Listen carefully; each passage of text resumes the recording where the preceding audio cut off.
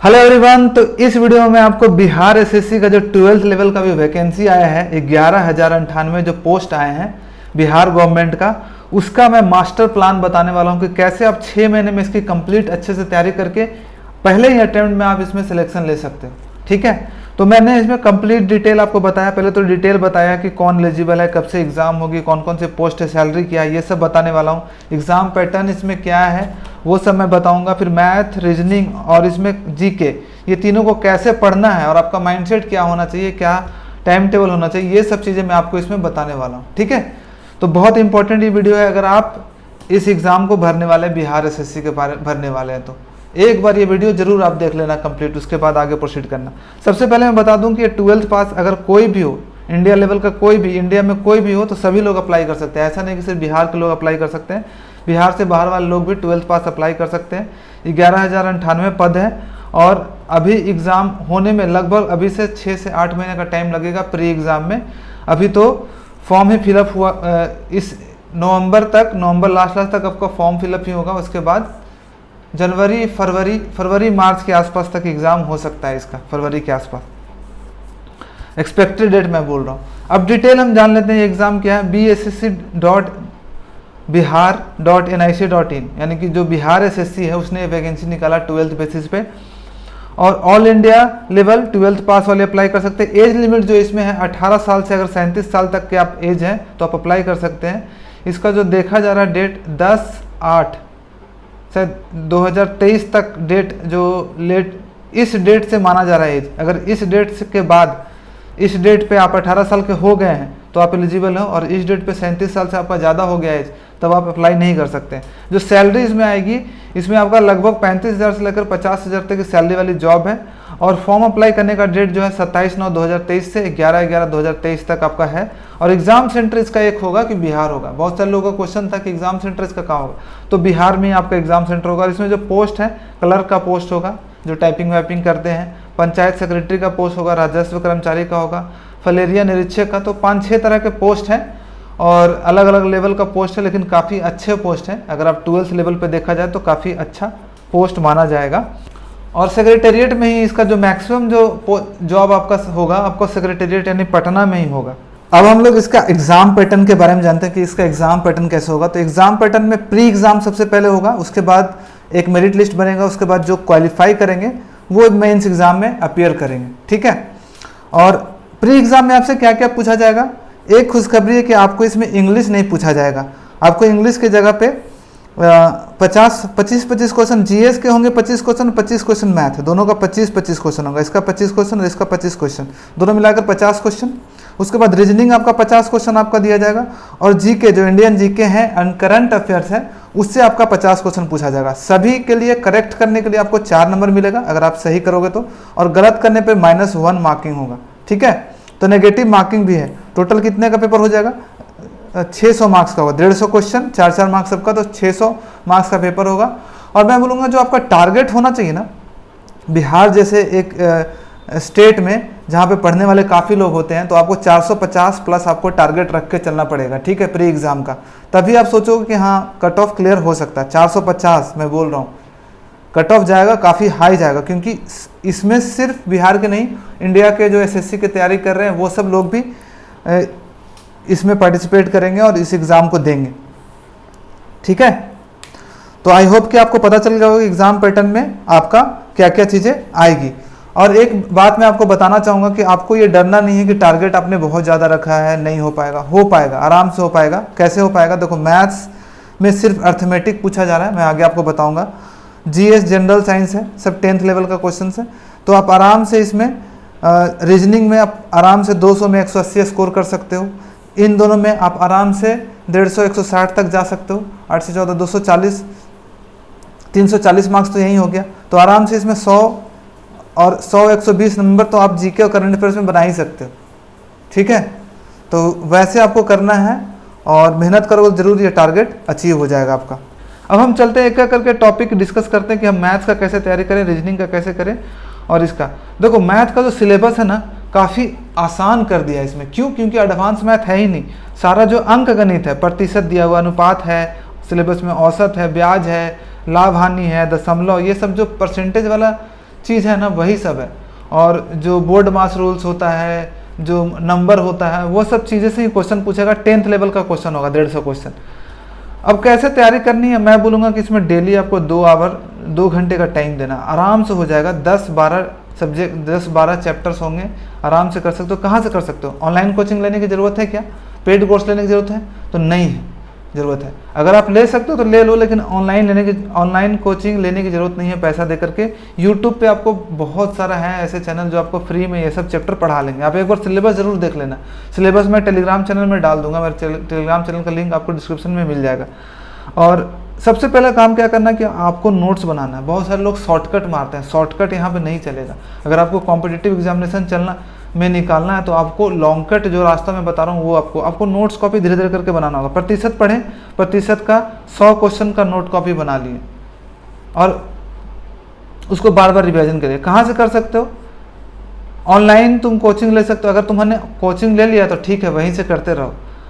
Batch कोई लेने की जरूरत नहीं है। मैं बोलूँगा यूट्यूब पे फ्री आपको मिल जाएगा। यूट्यूब पे आपको मिल जाएगा आदित्य रंजन सर का मैथ प्लेलिस्ट एक है, मैथ सर्च करोगे, math SSC math bye Aditya Ranjan, math foundation batch, तो आपको मिल जाएगा। आपको ये सब सारे चैप्टर पढ़ाया हुआ अच्छे से, आप वहाँ से नोट्स कॉपी बना लो, ठीक है। वहाँ से आराम से इजी क्वेश्चन वाले बनाना है। वो हो सकता है कि कुछ हार्ड क्वेश्चन भी करवाए हो। आपको मैं बोलूँगा कि इजी क्वेश्चन परसेंटेज के 100 क्वेश्चन कर लो, नोट्स बना लो, उसको 3 बार 4 बार कर लो। अनुपात है उसका 50-100 क्वेश्चन कर लो। रेशियो पर क्वेश्चन इसको बोलते हैं अनुपात को। औसत हो गया, एवरेज होता है इसको। ब्याज होता है, इसको बोलते हैं लाभ हानि को, प्रॉफिट एंड लॉस बोलते हैं इसको, ठीक है। संख्या पद्धति। एक चीज़ और मैं बताना चाहता हूँ, जो क्वेश्चन पेपर आएगा वो हिंदी इंग्लिश दोनों में आएगा। तो जो हिंदी वाले हैं, जो हिंदी में पढ़ना चाहते हैं, वो हिंदी से भी सॉल्व कर सकते हैं, और इंग्लिश दोनों, इंग्लिश वाले से लैंग्वेज से भी पेपर दे सकते हैं, ठीक है। संख्या नंबर सिस्टम है, दशमलव भिन्न, ये सब सब्जेक्ट है जो अर्थमेटिक का है, वो एक एक करके सिलेबस से दे करके एक एक खत्म कर दो। एक टॉपिक दो, इसमें 10-15 दिन का टाइम दो, परसेंटेज आराम से 100 क्वेश्चन करो। एक दिन में 10 क्वेश्चन भी करोगे तो आराम से 10-15 दिन में आप ये चैप्टर खत्म कर दोगे। 15-15 दिन करके भी खत्म करोगे तो आपका 7-8 चैप्टर है, आराम से खत्म हो जाएगा, और उसका रिवाइज करके करना। अब जब एक बार सिलेबस खत्म कर लेते हो, आप एक चैप्टर पढ़ लेते हो, तो आपको क्या करना है? पहले मैंने बोला कि नोट्स कॉपी बनाना है, हर एक में 100 क्वेश्चन होने चाहिए, मिनिमम 100 क्वेश्चन। उसके बाद बुक से आपको प्रैक्टिस करना है क्वेश्चन प्रीवियस ईयर का। झारखंड का अगर कोई बुक है तो झारखंड का बुक से कर सकते हो, या फिर आप किरण पब्लिकेशन की बुक होती है 12th लेवल वाली, वो बुक आप ले सकते हो। MTS लेवल वाली बुक भी चल जाएगा, MTS लेवल वाला भी बुक चल जाएगा, 10th लेवल का और 12th लेवल का, वो बुक आप कर सकते हो। CGL वाले की जरूरत नहीं है। आपको पतली सी कोई बुक लगना है जिसमें कि 100-150 क्वेश्चन हो, वो वाला बुक जाके मार्केट में आप देख लेना, किरण पब्लिकेशन का आप ले सकते हो चैप्टर वाइज, ठीक है। अब हम चलते हैं रीजनिंग में कि रीजनिंग का कैसे करना। तो आप समझ गए हो कि मैथ में कैसे करना है। देखो, मैथ जिसको हार्ड लगता है, एक ही तरीका है कि पहले इजी क्वेश्चन से स्टार्ट करो, धीरे धीरे इजी क्वेश्चन पे कमांड करो, फिर हार्ड क्वेश्चन में जाओ, वहाँ से कर सकते हो, ठीक है। यूट्यूब पे मैंने जो प्लेलिस्ट बताया आदित्य रंजन सर, या फिर एक इवन कोचिंग, जिसको इंग्लिश में पढ़ना ना, इंग्लिश में सबसे बेस्ट मैं बोलूँगा एक इवन कोचिंग सेंटर है यूट्यूब पे, भूतेश सर का, भूतेश सर, वो प्लेलिस्ट वो भी सारे चैप्टर का बनाए हैं, वहाँ से भी आप पढ़ सकते हो, ठीक है। अब रीजनिंग के लिए मैं बोलूँगा, रीजनिंग के लिए भी सेम प्रोसेस फॉलो करना, आपको कोचिंग लेने की जरूरत नहीं है। सारा सब्जेक्ट जो है एक बार देख लेना, सिलेबस एक बार देख लेना क्या क्या है, टेलीग्राम पे मैं डाल दूंगा, एक बार अच्छे से चेक कर लेना क्या क्या सिलेबस है। सिलेबस में यही सब चीज़ें पूछा जाएगा आपसे। देखो, नंबर सिस्टम पूछा जाता है, कोडिंग डिकोडिंग पूछा जाता है, हिंदी इसका नहीं पता मुझे, अच्छे से नहीं बता पाऊँगा। वाटर इमेज होता है, मिरर इमेज होता है, क्लॉक्स होता है, वही सब पूछा जाता है, पासा होता है, यही सब पूछा जाता है रीजनिंग में। ब्लड रिलेशन होता है, जो रिश्तेदारी वाला होता है, वो सब डायरेक्शंस होते हैं, वही पूछे जाते हैं। तो एक बार सिलेबस आपको देख लेना है, मैं डाल दूंगा टेलीग्राम पे वहाँ पे। और यूट्यूब का एक प्लेलिस्ट है रीजनिंग बाय अनुभव सर है, ठीक है। यहाँ से आप कर सकते हो रीजनिंग, काफ़ी अच्छे से पढ़ाया हुआ सारा। यहाँ से नोट्स कॉपी बना लो। सबसे पहले काम करना है कि नोट्स कॉपी बनाना है धीरे धीरे करके।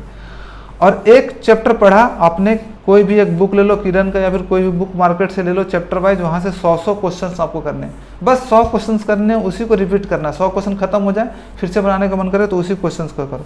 रिवाइज 4-5 टाइम्स, यही सबसे बड़ा जो गेम करेगा आपको, यही करेगा। सबसे अच्छा तरीका है कि 4-5 बार रिवीजन आपको करना। तो आई होप को पता चल गया हो कि मैथ में आपको क्या करना, रीजनिंग में क्या करना। सिंपल प्रोसेस, एक एक चैप्टर करके आगे बढ़ो। जब एक चैप्टर पढ़ लो तो उसको रिवीजन भी जरूर किया करो। आगे बढ़ने से पहले एक बार रिवीजन कर लिए, फिर दूसरा चैप्टर में गए, फिर 2 चैप्टर हो गए तो दोनों चैप्टर का रिवीजन कर लिए, तब तीसरा चैप्टर में गए। ऐसे कर करके धीरे धीरे करके आगे बढ़ना है। तो आई होप कि ये समझ में होगी। अब हम जीके का बताते हैं आपको कि आपको जीके में क्या करना है।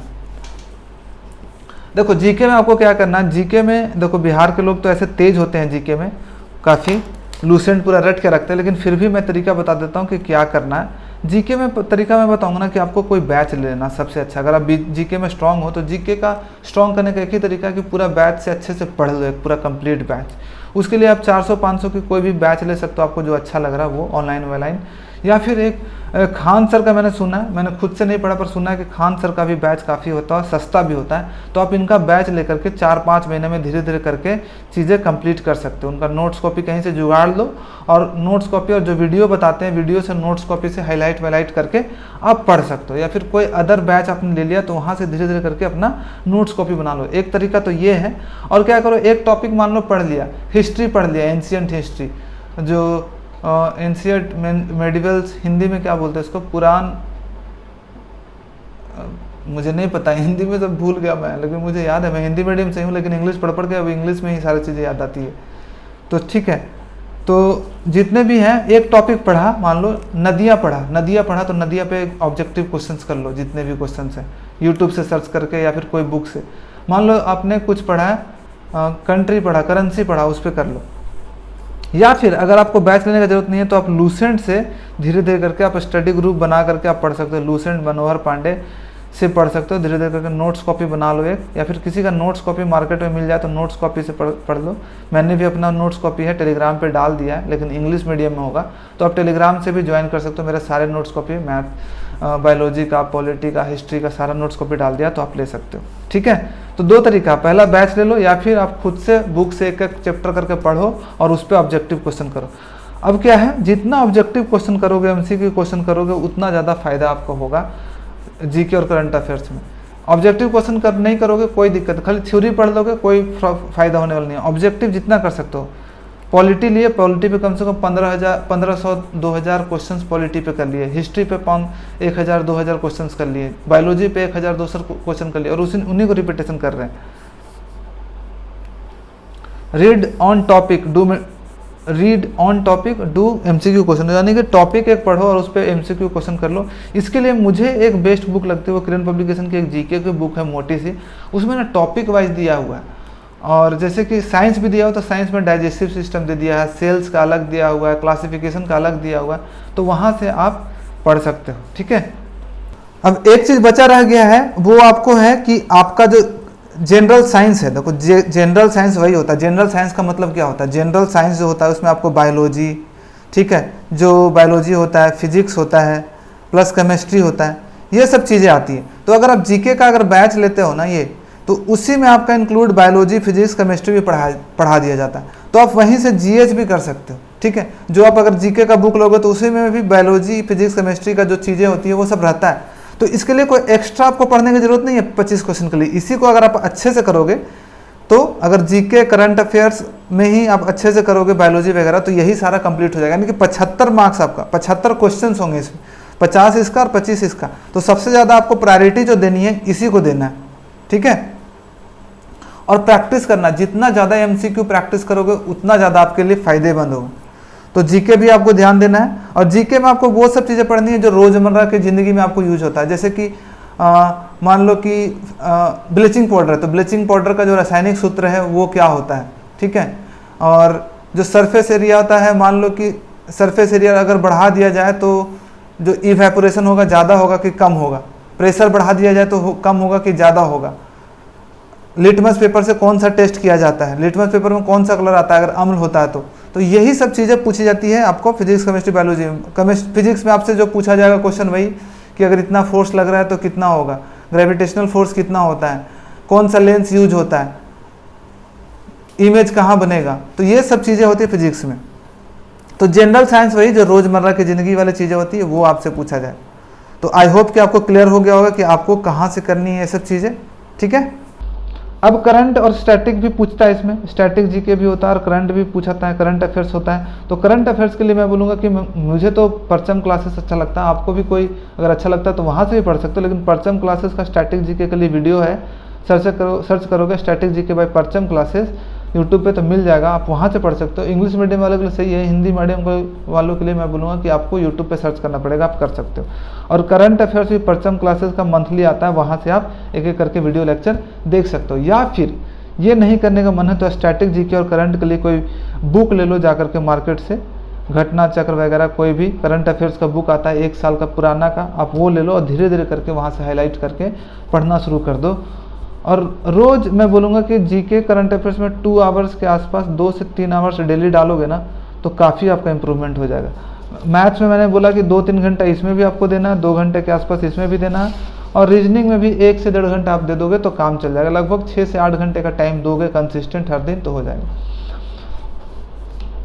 हिंदी के लिए, हिंदी वालों के लिए मैं बोलूँगा कोई भी बुक स्टोर से बुक ले लो और 4-5 बार रीडिंग आप डाल लो, आपका धीरे धीरे करके इंप्रूव हो जाएगा। और जीके सबसे ज़्यादा इंप्रूवमेंट होता है डिस्कशन से। तो अगर आप कोई ग्रुप बना सकते हो 2-4 लोगों का आपस में पढ़ने का तो आप बना सकते हो, नहीं तो आप टेलीग्राम मेरे ज्वाइन कर लो, वहाँ पर आपको बहुत सारे ग्रुप आपको मिल जाएंगे। अब एक लास्ट चीज़ है कि कुछ चीज़ें और इम्पॉर्टेंट है कि आप पढ़ तो रहे हो लेकिन प्रैक्टिस भी आपको साथ साथ करना ज़रूरी है, कि आपको प्रैक्टिस करना है। प्रैक्टिस आप कहाँ से कर सकते हो? प्रैक्टिस के लिए मैं बोलूँगा कि आप कोई ना, जैसे कि जो पैटर्न है कि 150 क्वेश्चन पूछे जाएंगे, 50 मैथ्स, 50 इंग्लिश, 50 रीजनिंग, नहीं 50 जीके और 50 रीजनिंग, 50 मैथ्स, 50 रीजनिंग और 50 आपका जीके। तो इसके लिए इसी बेसिस पे 150 क्वेश्चन का प्रैक्टिस सेट आप लगाना शुरू करो। किरण की बुक आई हुई है, आप किरण वाला बुक ले सकते हो, या फिर मार्केट में और भी कोई बुक होगी तो आप वहाँ से ले सकते हो। प्रैक्टिस लगाओ चुपचाप, सप्ताह में 1 बार प्रैक्टिस करो। प्रैक्टिस करने से क्या होगा ना कि आपका हैबिट बनेगा अभी से ही क्वेश्चन सॉल्व करने का। आपको लगेगा कि मेरा सिलेबस कंप्लीट नहीं हुआ, लेकिन फिर भी आप मॉक तो लगाओ, उसका फ़ायदा आपको होगा। वीक में 1 लगाओ, या फिर वीक में सिर्फ ऐसा भी कर सकते हो कि सिर्फ 50 क्वेश्चन मैथ का किया, 50 का रीजनिंग का किया, जीके का कभी और कर लिया। लेकिन मैं बोलूँगा कि वीक में 1 सेट लगाने का ट्राई करो सैटरडे संडे को। हाँ, सैटरडे संडे को आपको रिवीजन रखना, 5 दिन आपको पढ़ना है आगे, और सैटरडे संडे जो भी उस वीक में पढ़े हैं 5 दिन उसको रिवीजन करना, ये याद रखना, ठीक है। कंसिस्टेंसी बहुत इंपॉर्टेंट है। अगर आप इसका तैयारी कर रहे हो तो 6 से 8 घंटा डेली का पढ़ाई आपको देना पड़ेगा, ठीक है। किसी दिन मिस हो जाएगा तो चल जाएगा, लेकिन ऐसा नहीं है कि 1 दिन पढ़ रहे 1 दिन नहीं पढ़ रहे, 4 दिन पढ़ रहे फिर 3-4 दिन छुट्टी मार रहे, तो ऐसे में नहीं होगा। ऐसे कंसिस्टेंसी आपको बहुत इंपॉर्टेंट है। 6 से 8 महीना कंसिस्टेंट कर दो, आपको एक अच्छा रिजल्ट मिल जाएगा। पॉजिटिव माइंडसेट रखना। जब आप तैयारी करते रहोगे तो बहुत सारे लोग बोलेगा कि अरे बिहार में कहाँ कोई वैकेंसी कंप्लीट होता है, यहाँ पे तो ये होता है, धांधली होता है, ये सब चीज़ें काहे बेकार में दे रहे हो, टाइम वेस्ट होगा। तो आपको पॉजिटिव माइंडसेट रखना कि एग्ज़ाम होगा, आपका तैयारी आपको फल उसका मिलेगा। तो चुपचाप माइंडसेट कि होगा और हम इसको क्रैक करेंगे। मॉक टेस्ट लगाते रहना। मैंने बोला कि मॉक टेस्ट लगाते रहना। किरण पब्लिकेशन का जो सेट है, मैं आपको इसका फोटो यहाँ पे दिखा दे रहा हूँ, ये सेट है, आप यहाँ से लगा सकते हो। और रेगुलर मॉक टेस्ट आपको बहुत इंपॉर्टेंट है। और जैसे जैसे सिलेबस बढ़ते जाएगा, जैसे मान लो 50% आपने सिलेबस कंप्लीट कर दिया, फिर 2 मॉक लगाना शुरू कर देना। फिर जैसे 90% आपका सिलेबस तो 3 मॉक। फिर जब आपका पूरा सिलेबस कंप्लीट हो जाए तो 1 मॉक डेली लगाना और आपको रिवीजन करना है, याद रखना। तो आप टारगेट रखना कि 4 से 5 महीने में आप सारी चीज़ें कंप्लीट कर लो। वीकली 1 मॉक टेस्ट लगाना और उसका अच्छे से एनालिसिस करना बहुत इंपॉर्टेंट है। क्या है, revision is the key. Revision जो नहीं करेगा उसका सिलेक्शन नहीं होगा, मैं पहले बोल रहा हूँ। रिवीजन आप जितना बार करोगे उतना ज़्यादा कॉन्सेप्ट आपका क्लियर होगा। तो आपको 4 से 5 बार आपको रिवीजन करना ही है कोई भी टॉपिक का। अगर आप मान लो परसेंटेज ही पढ़े तो अपने नोट्स कॉपी जो पढ़े उसी को 4 बार 5 बार सॉल्व करोगे तो आपको क्लैरिटी मिलेगी। वीडियो को बार बार देखेंगे, ठीक है। एक मेरे को फॉर्मूला मैंने खुद बनाया कि minimum books plus maximum revision. Minimum books, कम से कम बुक रखना, और मैक्सिमम से मैक्सिमम उस बुक को रिवीजन करना, तभी आपको सक्सेस मिलेगा, ठीक है। और ये आप कर सकते हो। अगर आप चाहते हो कि मेरे सरकारी नौकरी लग रहा, बिहार से हो, तो आपके लिए तो आपके पास एक गोल्डन अपॉर्चुनिटी है कि आप अच्छे जगह पे लग जाओगे, सचिवालय वगैरह में लग जाओगे और कर सकते हो, ठीक है। तो आप इसका तैयारी करो अच्छे से। और अगर आपको रेगुलर मोटिवेशन चाहिए तो आप इस चैनल को लाइक सब्सक्राइब कर सकते हो, और आगे भी मैं चीज़ें लाता रहूँगा। कुछ और भी बताना होगा इसके बारे में तो मैं बताऊँगा। और आप टेलीग्राम चैनल ज्वाइन कर लो ताकि आप हमेशा मोटिवेटेड रहो, क्योंकि मैं इसमें हमेशा मोटिवेट वीडियो कॉल ये सब करते रहता हूँ। टेलीग्राम चैनल जिसका नाम 1000 अचीवर्स है। 1000 अचीवर्स इसलिए है कि 1000 लोगों को मैं हेल्प करना चाहता हूँ। उनको सिलेक्शन दिलवाने में, इसलिए मैंने नाम रखा था 1000 अचीवर्स। ठीक है, 2 साल पहले बनाया था उस ग्रुप को, और अभी 75,000 मेंबर्स उसमें होने वाले हैं। सब्सक्राइब करो, लाइक करो, शेयर करो अगर आपको ये वीडियो अच्छा लगा तो। ठीक है, और आप ये कर सकते हो, अगर आप मन में विश्वास और आप मेहनत करने को तैयार हो तो आप कर सकते हो। बिहार के अगर आप हो तो आप तो ज़रूर कर सकते हो, क्योंकि बिहार के लोग मेहनती होते हैं। चलो ठीक है, thank you so much for watching this video. जल्दी मिलते हैं एक नए वीडियो के साथ और नए मोटिवेशन के साथ।